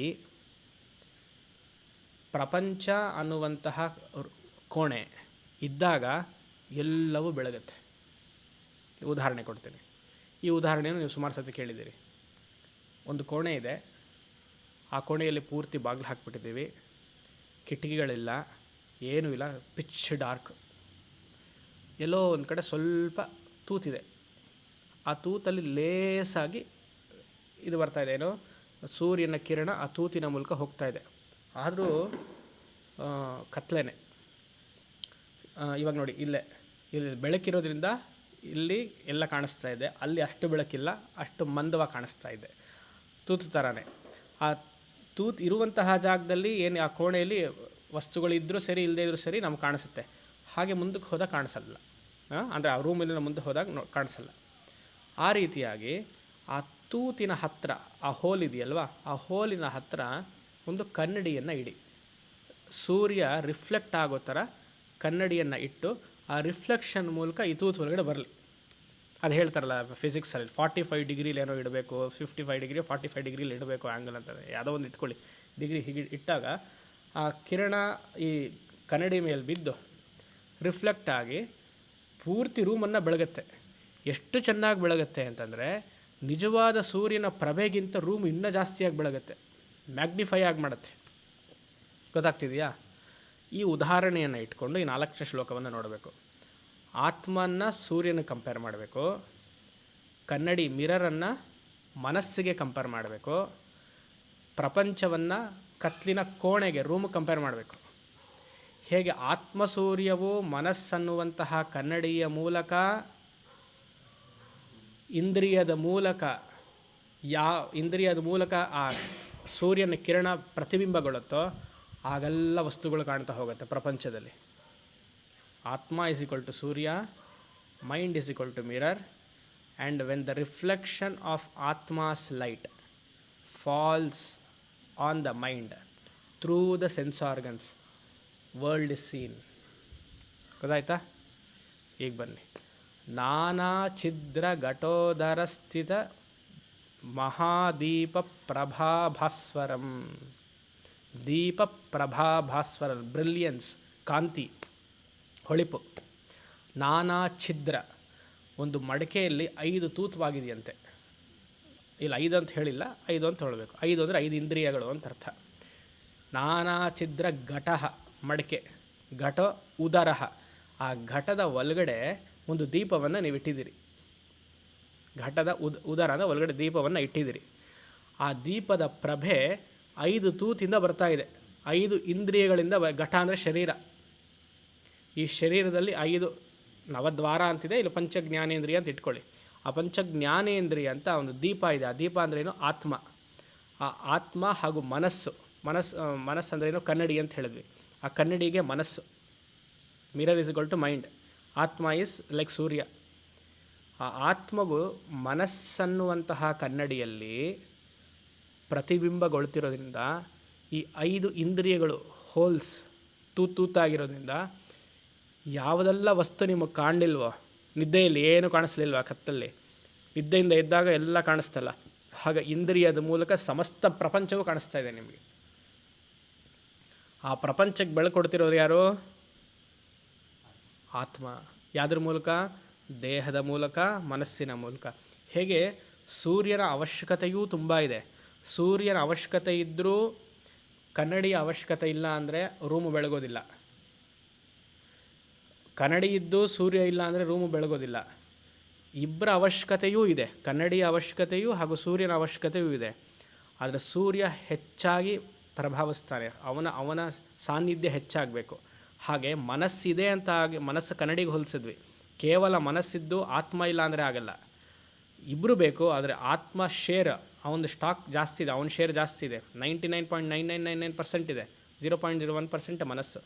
ಆ ಆತ್ಮದ ಸೂರ್ಯನ ಕಿರಣ ಮನಸ್ಸಿನ ಮೂಲಕ ಬಿದ್ದಾಗ, ನಿದ್ದೆ ಮಾಡಿ ಬೆಳಗ್ಗೆ ಎದ್ದಾಗ ಎಲ್ಲವೂ ಕಾಣಿಸ್ತು. ಏನೇನೆಲ್ಲ ಕಾಣಿಸ್ತು, ನೀವು ಏನೇನೆಲ್ಲ ಅಂದ್ಕೊಂಡಿದ್ರಿ ಅದೆಲ್ಲ ಕಾಣಿಸ್ತು. ಆತ್ಮ ಇಲ್ಲ. ಆದರೆ ನೀವಿಲ್ಲ ಅಂತಂದರೆ ಏನೂ ಇಲ್ಲ. ನೀವು ಅಂದರೆ ಅಹಂ ಅಂದರೆ ಶುದ್ಧ ಚೈತನ್ಯ ಅಂತ ಅರ್ಥ. ಅಹಂಕಾರದ ನಾನು ಅಲ್ಲ, ಶುದ್ಧ ಚೈತನ್ಯದ ನಾನು. ನಾನಾ ಛಿದ್ರ ಘಟೋದರ ಸ್ಥಿತ ಮಹಾದೀಪ ಪ್ರಭಾಭಾಸ್ವರಂ. ಯಾವಾಗ ಇದು ಬಂತೋ ನಾನೇನು ಹೇಳ್ತೀನಿ ಅವಾಗ? ಜಾನಾಮಿ ಇತಿ, ಐ ನೋ, ನನಗೆ ಗೊತ್ತಿದೆ, ನಾನು ಅನ್ನುವಂಥ ಅರಿವು ಬಂದ್ಬಿಡುತ್ತವಾಗ.